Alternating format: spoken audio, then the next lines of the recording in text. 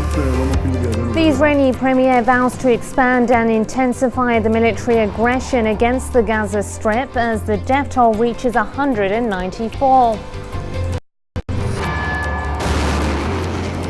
Palestinian resistance groups shower Zionist settlements with rockets, killing one Israeli and forcing thousands to flee. And Iraq's parliament elects a new speaker while Iraqi troops launches a full-scale offensive to retake Tikrit.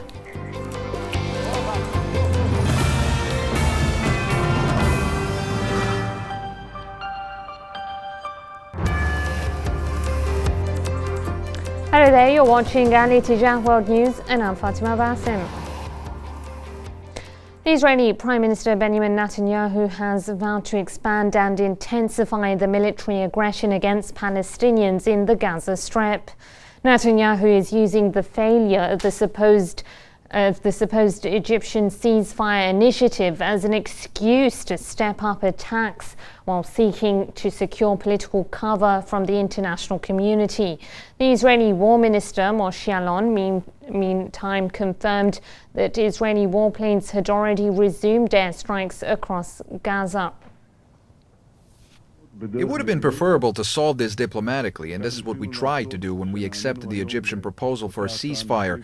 But Hamas leaves us no choice but to expand and intensify the campaign against it. At this time, the Air Force continues to strongly attack Hamas, and we are determined to continue with the operation in the coming days as well. Meanwhile, Israeli Foreign Minister Avigdor Lieberman said that the recent offensive against Gaza must end with a complete invasion of the Strip. We also must demand from the whole world. You pressured us, and because of that you must give us a full diplomatic backup now, to go all the way. There is a need to lead. There is a need to end this operation when the Israeli army is in control over the whole Gaza Strip. Well, that Israeli attack on the Gaza Strip has entered its 8th day, with the death toll among the Palestinian population now standing at a staggering 194. Balsam Al-Atrash has more. The Egyptian proposed ceasefire to end 8 days of Israeli aggression on the Gaza Strip, which was based on consultations with the Israeli entity, has sparked a sharp response from Palestinian resistance groups. The Al-Qassam Brigades, Hamas's military wing, confirmed that the group had not been contacted by any official or unofficial entity about the terms of the proposed truce. We in Hamas movement were not consulted regarding the proposed initiative and haven't been informed with it except through the media. Therefore, naturally, we will not be committed to an initiative that we were not a part of. Meanwhile, the Israeli cabinet, which met on Tuesday morning, accepted the proposal, which supposedly came into effect at 9 a.m. local. For its part, the Islamic Jihad said that it had received the draft of the Egyptian proposal, welcoming Egypt's role and efforts in ending the Israeli aggression and defending the Palestinian people, but stressed that it would not accept the ceasefire without conditions, branding the proposal as an initiative of submission. The Egyptian initiative came from one side. The resistance was not consulted. I believe that the fate of this initiative is failure, since it doesn't meet the least of Palestinian resistance demands after proving to be effective and powerful on the battlefield. We will not accept any truce that isn't in the best interest of Palestinian people. Palestinian resistance groups have stated that what is needed now is to agree on the demands of the Palestinian people, chiefly ending the siege and opening the border crossings. Then and only then can a ceasefire be agreed upon. Otherwise, according to resistance groups, history will repeat itself, confirming that approving any ceasefire will have to be in the best interests of the Palestinian people. We are committed to resist and fight for our rights along with all our resistance factions. With the Israeli entity claiming to be committed to the truce, it wasn't long before Israeli warplanes could be seen and heard hovering over Gaza. Zionist airstrikes targeted the northern, southern, and eastern parts of Gaza. In retaliation, Palestinians' resistance group fired a barrage of rockets towards southern Israeli settlements, striking Tel Aviv, Haifa, Ashkelon, and Ashdod. The ongoing Israeli offensive on the Gaza Strip has so far killed 192 people and wounded over 1,800 others. It appears that the Palestinian resistance groups will not surrender without a fight, and any ceasefire will only be agreed upon if the Palestinian demands are met. Balsam Al-Atrash, L'Ittijah TV, Gaza. Palestinian resistance groups have remained defiant in the face of that brutal Israeli offensive, firing a barrage of rockets onto Israeli settlements. The Palestinian rocket fire has claimed its first Israeli fatality. The Zionist settler was killed while delivering supplies to occupation forces at the Erez border crossing. Unfortunately, 30 minutes ago, an Israeli citizen working near Erez crossing border was hit by sharp nails due to a mortar attack on the crossing. He was severely injured, treated at the scene by paramedics of Magen David Adom and evacuated to Barzilai Hospital in Ashkelon, where they unfortunately had to pronounce his death. This as rockets continue to be launched from Gaza, with more than 30 missiles hitting settlements including Nes Tayun, Rafut and Ashkelon in the center of occupied Palestine. The Palestinian resistance group, the Al-Qassam Brigade, launched 2 rockets at Ashkol, where heavy damage was reported. Another 4 Grad rockets hit Beersheba and 10 Nasser rockets hit Sderot.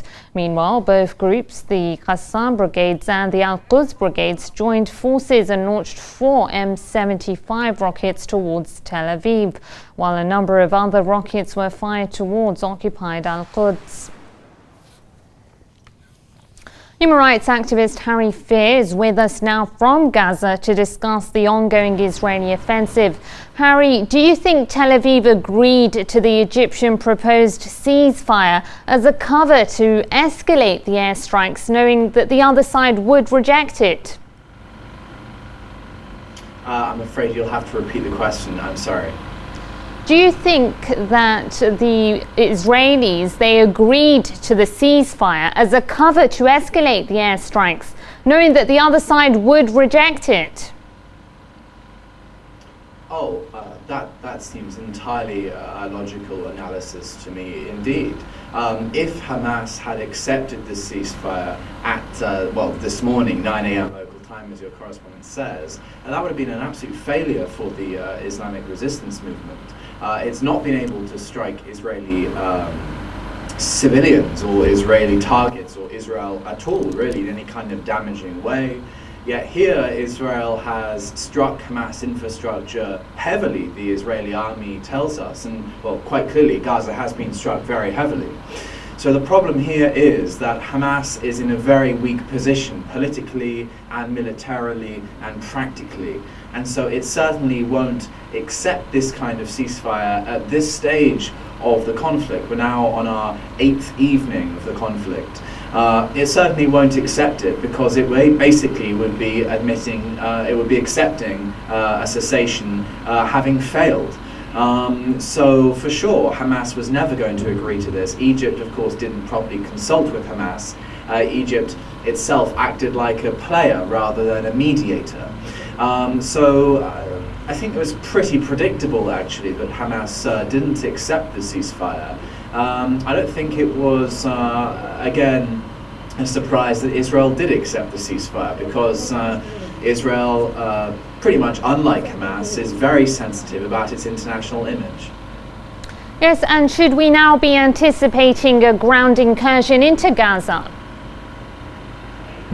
I don't think that we should be expecting a ground incursion into Gaza unless there's some real material action and proof. I mean, during the previous war, winter 2012, there was more noise about a ground invasion than there is this time, and that ground invasion never happened. There were, of course, incursions by tanks and etc., but that was not an invasion or a ground invasion or a ground assault. So really, I think we should just take it with a pinch of salt unless we see any evidence. It's designed, of course, to terrorize the population. The build-up of troops and the mobilization of tens of thousands of Israeli reservist soldiers is designed from the Israeli strategic point of view to be to produce Israel some state of readiness, and of course to create a psychological effect on the resistance groups here. I don't think we should expect a ground invasion, given the fact that Israel would come under almost universal international condemnation and lose even the support of its American ally to an extent if it were to do so. What was the so-called necessary quiet that Prime Minister Netanyahu was talking about achieving? Is his goal to completely annihilate the Palestinian resistance?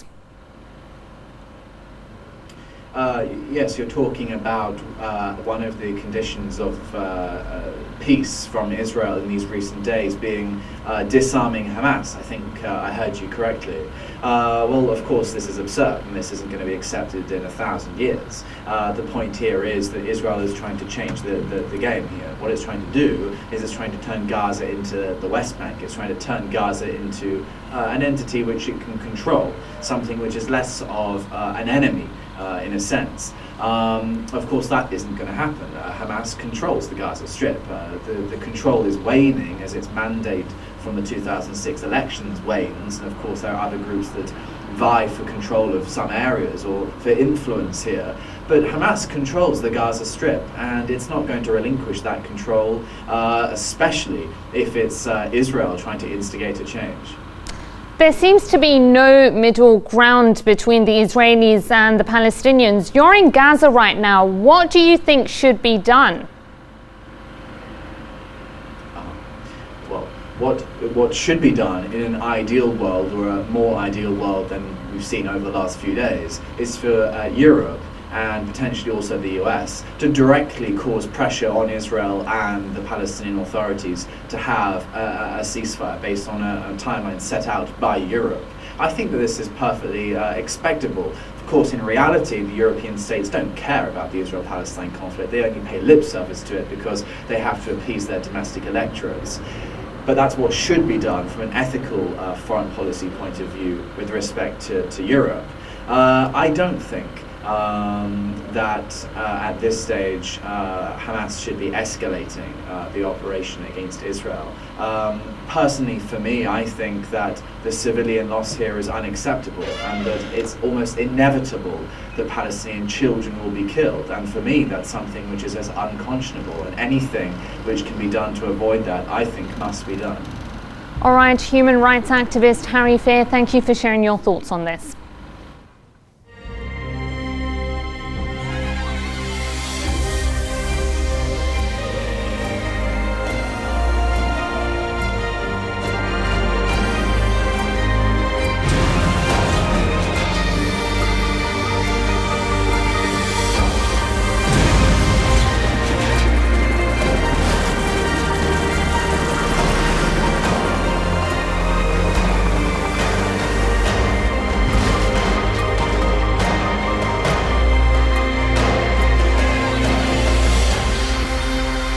For his part, the Turkish Prime Minister Recep Tayyip Erdogan has said that the Israeli entity will pay the price for its onslaughts against the Palestinians. The Turkish premier accused Tel Aviv of terrorizing the region by bombarding Gaza. Erdogan had also welcomed the so-called truce allegedly presented by Egypt to the Israelis and the Palestinians.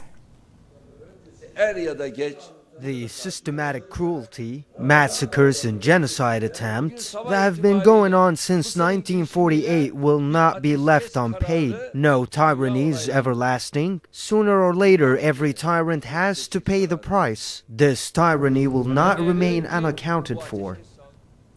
This as the leader of the Islamic Revolution, Ayatollah Sayyid Ali Khamenei, said that the Israelis were taking advantage of the Islamic world's negligence towards the plight of the Palestinian nation. Sayyid Khamenei described the situation in Gaza as truly catastrophic. He added that the Israeli massacre in Gaza should awaken the Islamic governments and nations and convince them to put aside their differences. Iranians, meanwhile, staged rallies in the capital Tehran in solidarity with Palestinians in Gaza. Participants slammed the lackluster response by the international community to the Israeli aggression against the coastal strip. Our correspondent in Tehran, Hussein Dabash, was at the rally and filed the following report. In the Iranian capital Tehran, a rally against the ongoing Israeli brutality on the besieged Gaza Strip has been held in front of the United Nations offices. Dozens of activists, students, and families were present in the demonstration, calling on the world body to do more to stop Israel's deadly use of force on Palestinians. The people of Iran are fuming, and they're raising their voices against the oppression which is going on inside the territories of Palestinians. And you can see that the people has come here in numbers to protest against the silence which is adopted by the United Nations and the international community concerning this issue. We stand here today to put pressure on the UN offices present here in this part of the world, so the UN can do something about Israel's continuous aggression on the Palestinians. The United Nations needs to do more to end this use of force. Many Palestinians are dying every minute, and most of them are civilians. During the demonstration, Iranian protesters held placards showing pictures of Palestinian children that have been killed by Israeli airstrikes on Palestinian lands. The protesters also shouted anti-US and Israeli slogans and demanded that the UN impose sanctions on Israel for committing what they see as war crimes against Palestinian women, children, and men. We will sacrifice everything for the sake of the Palestinians and the Palestinian cause. People are being killed left and right in Palestine, including beautiful children and babies who won't see another day. This is against humanity. Such attacks are indeed war crimes against people who are oppressed. That's why I am here today. Senior members of the Iranian political society were also present among the protesters, including Iranian lawmakers. This demonstration was organized by activists and students fighting for the rights of the Palestinian people. The organizers have asserted that only unity among Muslims in the Muslim world can save the Palestinians. This demonstration in front of the United Nations office here in the Iranian capital Tehran once again shows the Iranian people's solidarity with the Palestinian cause and the Palestinian people. The organizers of this event have promised and vowed that they will continue their demonstrations to show what they call Israel's genocide against the Palestinian people. Reporting for Al-Ittijah TV, Hussein Dabash, Tehran.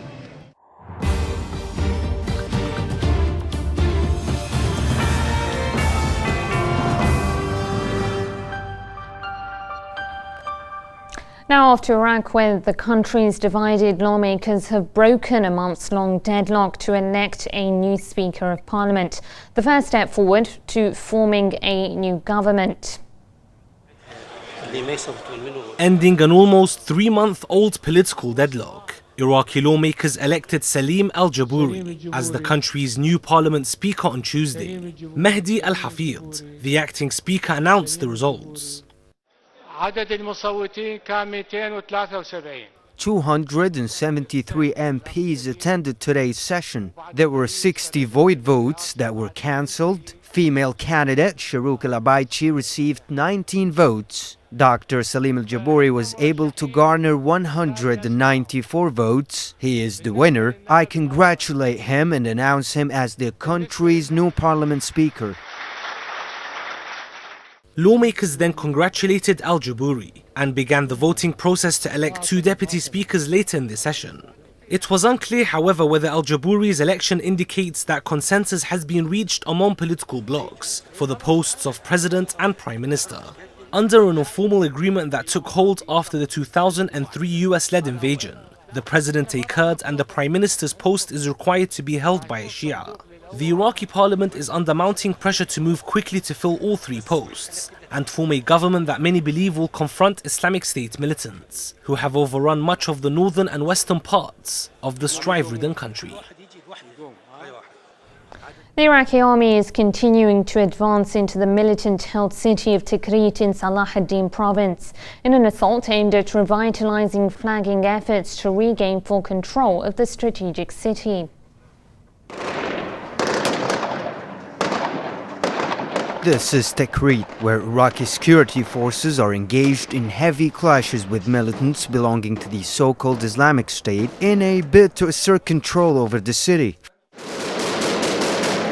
Fierce clashes began in the early morning, and Iraqi troops have succeeded in retaking government facilities in the city's south. The governor of Salahdin province, of which Tikrit is the capital, Ahmed Abdullah Jabouri, said that forces launched a military operation to liberate the city of Tikrit and were now in control of the southern part of the city. An army colonel announced that a police academy and a hospital had been retaken, along with the governorate headquarters.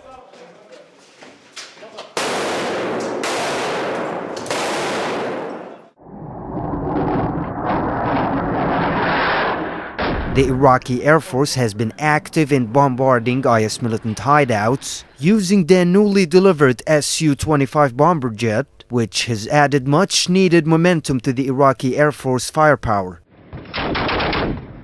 A major operation to retake Tikrit began more than 2 weeks ago, but was bogged down south of the city, which is the hometown of former Iraqi dictator Saddam Hussein. The city is a stronghold of loyalists of former President Saddam Hussein and ex-army officers who joined forces with the Islamic State group to take over large parts of northern and western Iraq last month. Militants seized Tikrit, which lies 160 kilometers north of Baghdad, on June 11th as part of a sweeping militant-led offensive that has overrun large areas of 5 provinces. If the army regains Tikrit, it would be the first insurgent-held city to switch back to government control since Iraq's latest crisis erupted last month. Dr. Zohair Nahar, the spokesman for the ruling Iraqi Dawa party in the UK, joins us now from London. Dr. Zohair, has the deadlock really ended with the appointment of Salima Jabouri as Parliament Speaker? The election of Salima Jabouri as Parliament Speaker and Head of Parliament is the first and most important step in completing the political process and forming the government.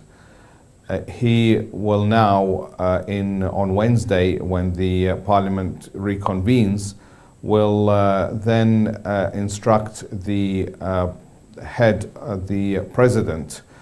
So the President will then be elected or appointed in the next Parliament meeting. And once that is done, the President will then give the opportunity to the largest parliamentary bloc to choose and appoint a Prime Minister. Yes, now the last Parliament Speaker, Osama Nujaifi, created some sort of a stalemate between Maliki's cabinet and the Parliament. Won't this happen this time? Well, everyone knows across all parties the urgency of forming a government as quickly as possible in order to tackle, firstly, the military situation with the terrorist ISIS occupying cities and the need to liberate these cities urgently, as well as the other laws which need to be passed, such as the finance law and the law which allows the country to have the monetary means to move on. Yes, and with the Kurdish factions currently suspended from government, what's going to happen to the president's post, which by de facto law is supposed to be Kurdish? The Kurds, I believe, are, there are between the Kurdish parties, there is a conflict. And the side of Jalal Talabani are not really happy with the actions and words of Masoud Barzani and his people. There is pressure on the Kurds to choose the head of the president, and there is pressure on them to rejoin the government in order for the government to move on. Will the State of Law coalition be willing to choose another candidate other than Prime Minister Maliki to reach a consensus with other Iraqi factions, if need be? There is ongoing intensive negotiations between the alliance, the Shia bloc, in order to choose the candidate that is most suitable. And it is still not clear what candidate that will be. Yes, now many have accused the Dawa party of marginalizing other factions in Iraq during the last 8 years. What is your response to that? Well, the Dawa party and the State of Law coalition does have the largest number of seats, parliamentary seats, and according to the constitution has the first choice in choosing the prime minister.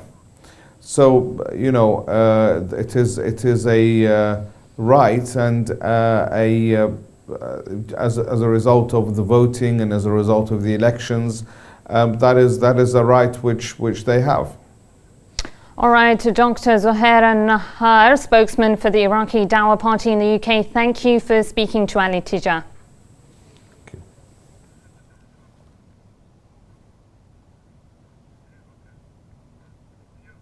Well, militants belonging to the Islamic State have been able to raise millions of dollars, making it the richest terrorist organization in the world.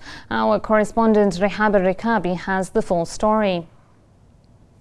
As Iraq conflict drags on in militant-held territories, the Islamic State extremist militants are raising millions of their warfare operations, added up to the huge sums of money they receive from their funding countries and networks. With such large funds, the militant group tops the financial ranking of the world's best-resourced terror organization made by the International Business Times. Reports reveal that the Islamic State is gaining most of its financing from bank robberies and oil smuggling. With their grasp on the oil installations, the extremist militants are smuggling hundreds of tanker trucks of oil per day from captured Iraqi oil fields into Turkey, Israel, or smuggling networks in Iraqi Kurdistan, where they offer it for as little as $25 a barrel, making as much as $1 million a day, amid warnings of grave consequences.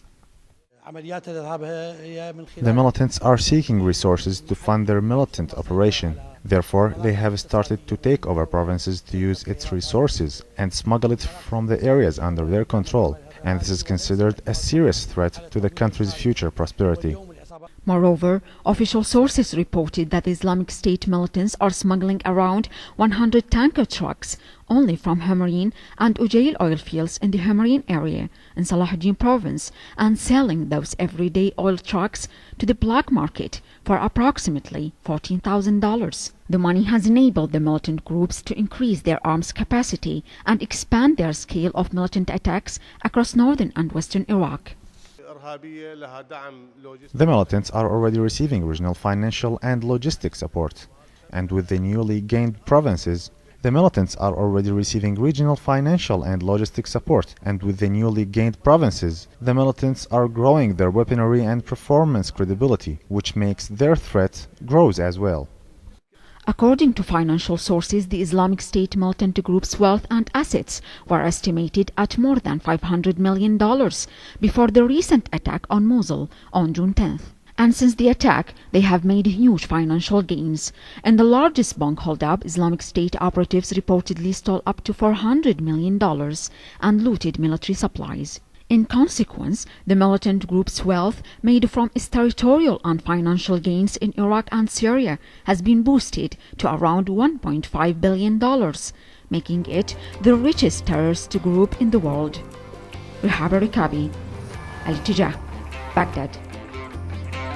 You're watching Ali Tijah World News, still to come. The deadline for a comprehensive nuclear agreement between Iran and the P5+1 looks set to be extended.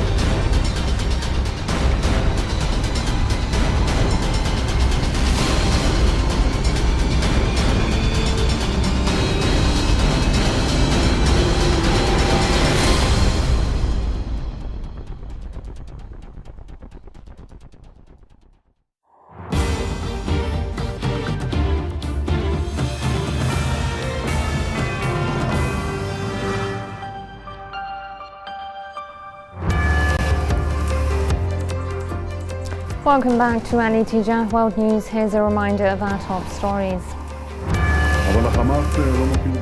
The Israeli premier vows to expand and intensify the military aggression against the Gaza Strip as the death toll reaches 194. Palestinian resistance groups shower Zionist settlements with rockets, killing one Israeli and forcing thousands to flee. And Iraq's parliament elects a new speaker while Iraqi troops launch a full-scale offensive to retake Tikrit.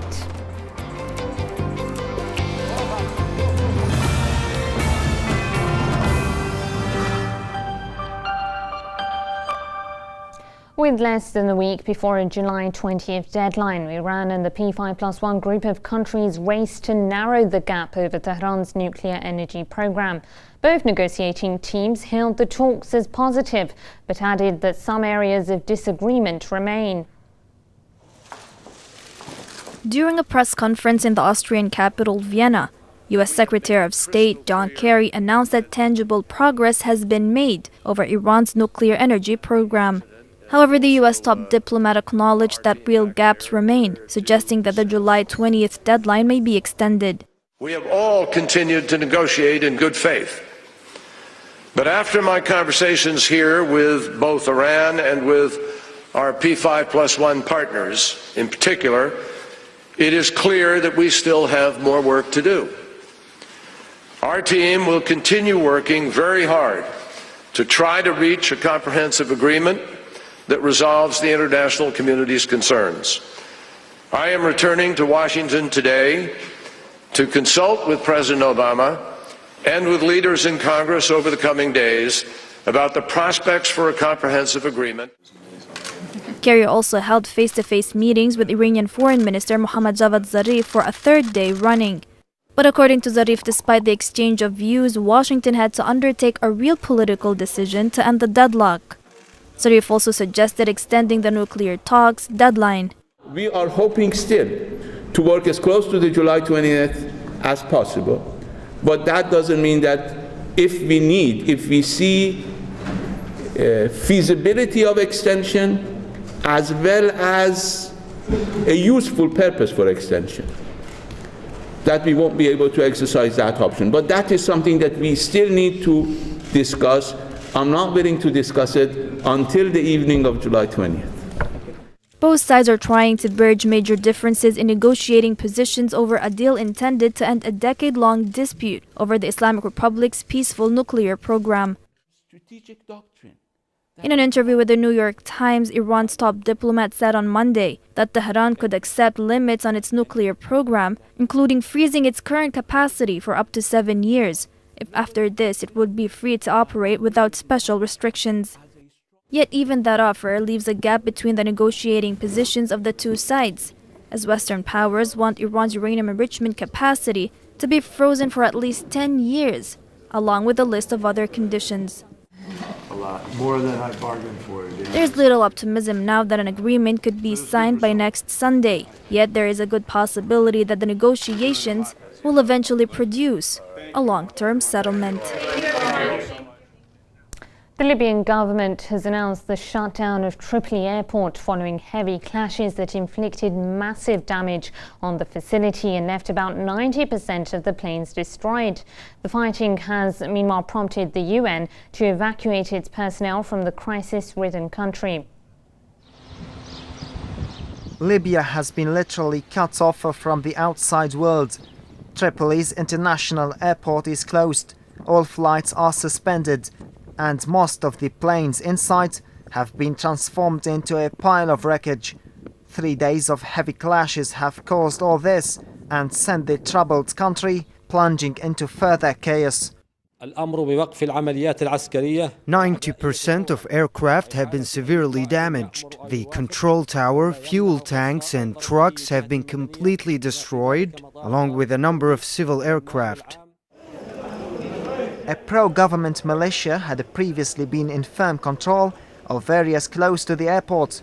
On Sunday, Zintani forces came under a surprise attack by a rival group believed to be led by Misrata militias. Grad rockets and anti-craft guns were used. As many as 15 people were killed and 70 others wounded. Now the government has announced that the situation requires international intervention. In order to give a chance for the nation to build its institutions, there is a possibility for an official request for international forces to establish the nation's capabilities and assets as well as protect its citizens. Such support, however, has not been offered by any side yet. The United Nations has announced that it will immediately evacuate its staff from Libya, adding that the latest fighting has made it difficult for the mission to continue its work. Such a step indicates that the North African country may be spiraling into a fresh wave of deadly unrest. Meanwhile, Egypt has decided to close its border with its neighbour Libya. The new measures are in response to what the Egyptian authorities are beginning to see as an alarming new threat to its national security. Karim Azzuddin explains. The current turmoil in Libya is having a direct impact on its eastern neighbor, Egypt. The two countries are linked by a shared land border stretching for nearly 1,200 kilometers, as well as the thousands of Egyptians living and working in various Libyan cities. But now Cairo has decided to close the El Saloum border crossing, allowing only Egyptian laborers back into Egypt. The decision is a direct result of the ongoing chaos in Libya, which has seen radical militants set up training camps just a few kilometers from Egypt's border. There has been talk of joining forces with other Islamic groups, and that's nothing new. It's something you see across the region. One group pops up. Generally speaking, they feel they have more power, they have more support if they join forces with someone else. I agree with the decision to close the border. These organizations have nothing to do with Islam. Their only purpose is to weaken the Arab world by aiming their barrels against Arabs. The militants harbor ambitions similar to the Al-Qaeda offshoot of the Islamic State, which seized large swathes of territory across northwestern Iraq in recent weeks. For their part, Egyptian officials held talks with their Algerian counterparts over possible areas of cooperation in a bid to isolate the Libyan militants, since they pose a threat to the two neighboring countries. These organizations pose a threat on the entire region, not only to Egypt. Egypt plays a significant role in maintaining the region's stability.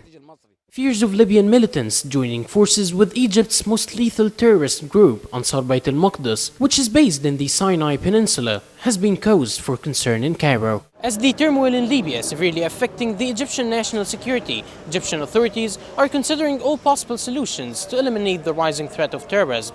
But will the recent decision of closing the border help bring back the missing stability? A question yet to be answered. Reporting for Bulletin TV from Cairo, Karim Azzuddin. As a ceasefire takes effect and security returns to the Yemeni city of Amran, internally displaced civilians who have fled the violence are slowly leaving refugee camps and returning home. Our correspondent Mohammed Lattab has more. This is the southern entrance of Amran, the closest gate leading to the Yemeni capital Sana'a. It was the epicenter of first clashes between Houthi fighters and Al-Qaeda-linked militants backed by the 310th Military Brigades. Everything seemed peaceful at first, but once we entered the city of Amran, the havoc brought about the devastating war became visible. The fighting saw Houthi fighters capture the city that lies only 50 kilometers away from Sana'a, raising fears of the Shia group's advancement towards the capital. Meanwhile, Houthi leaders have urged the central government to dispatch additional military units to take over the 300 Brigades base. The local council's authorities have also been asked to resume public services at a faster pace. 3 days ago, the 310 Military Brigade was handed over the 9th Mountainous Infantry Brigades. Post Office and Telecommunication Office were received by the concerned authorities along with the Education Office and the government complex along with its offices. This is the government complex which was handed over to the local authority. Although it's far from being fully restored, people in Amran are content with the restoration of security and the dismissal of corrupt officials. who they say exploited the governorate's wealth and even targeted and killed its residents. We feel safe now, and we hope the agreement will last and our homes be maintained. The war in Amran has displaced nearly 10,000 families, the majority of which had fled to Sana'a. This according to the Red Crescent. We are displaced people from Amran. We have been here for over 10 days and we have not received here any aid, as I am looking to return back to my house, which has been destroyed by the war, and try to maintain it. Here in Sana'a, some displaced residents of Amran who fled the violence are still reluctant to return to their war-ravaged home city. As long as the ceasefire agreement between Houthis and the Yemeni government remains in place, internally displaced civilians will continue to be encouraged to leave the inconvenience of refugee camps and return to their rugged but secure homes. محمد العطاب الاتجاه TV, صنعاء.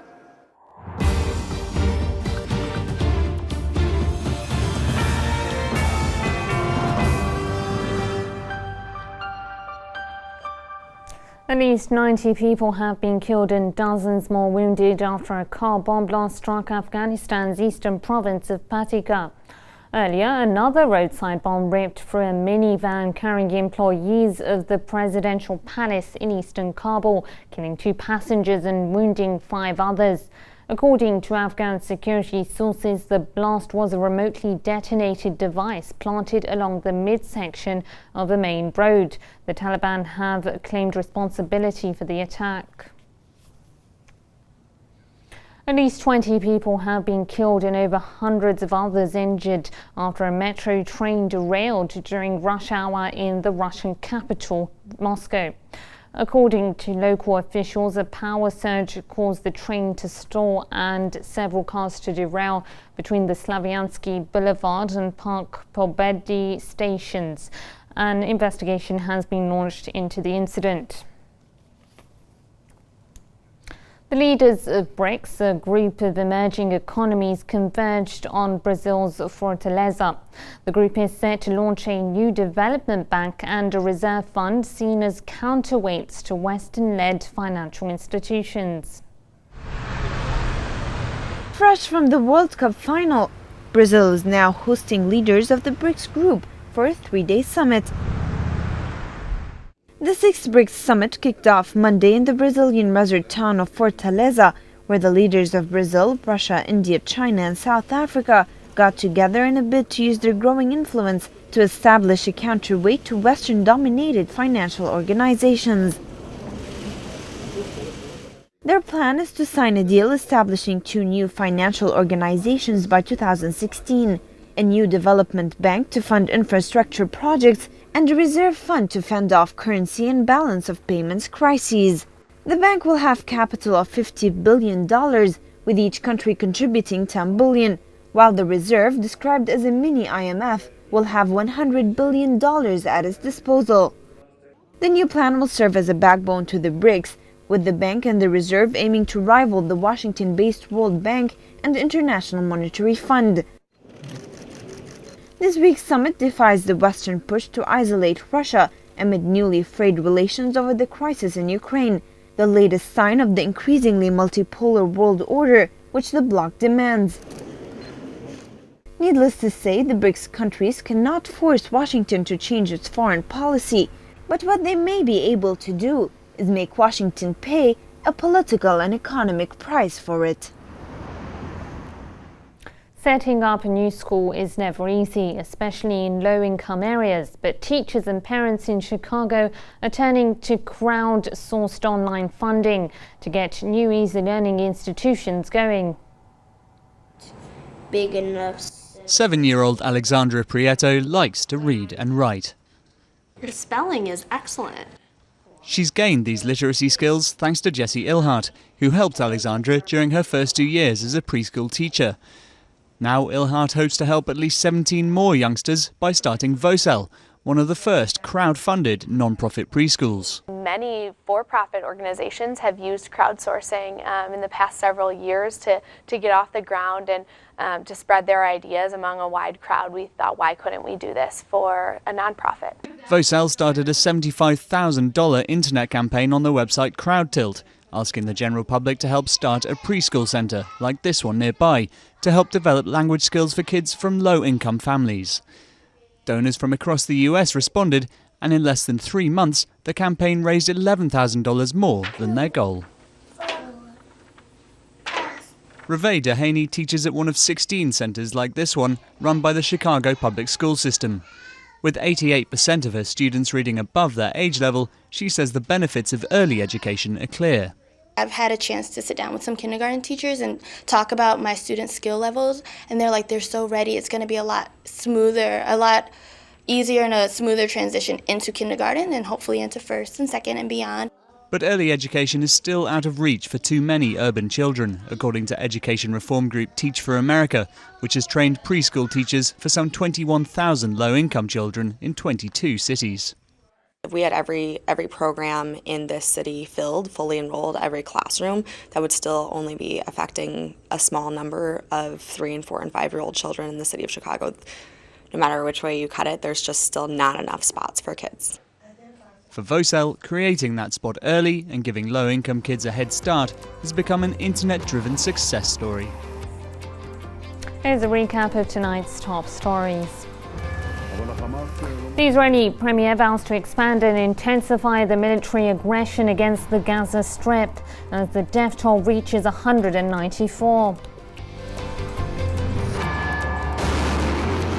Palestinian resistance groups shower Zionist settlements with rockets, killing one Israeli and forcing thousands to flee. And Iraq's parliament elects a new speaker while Iraqi troops launch a full-scale offensive to retake Tikrit.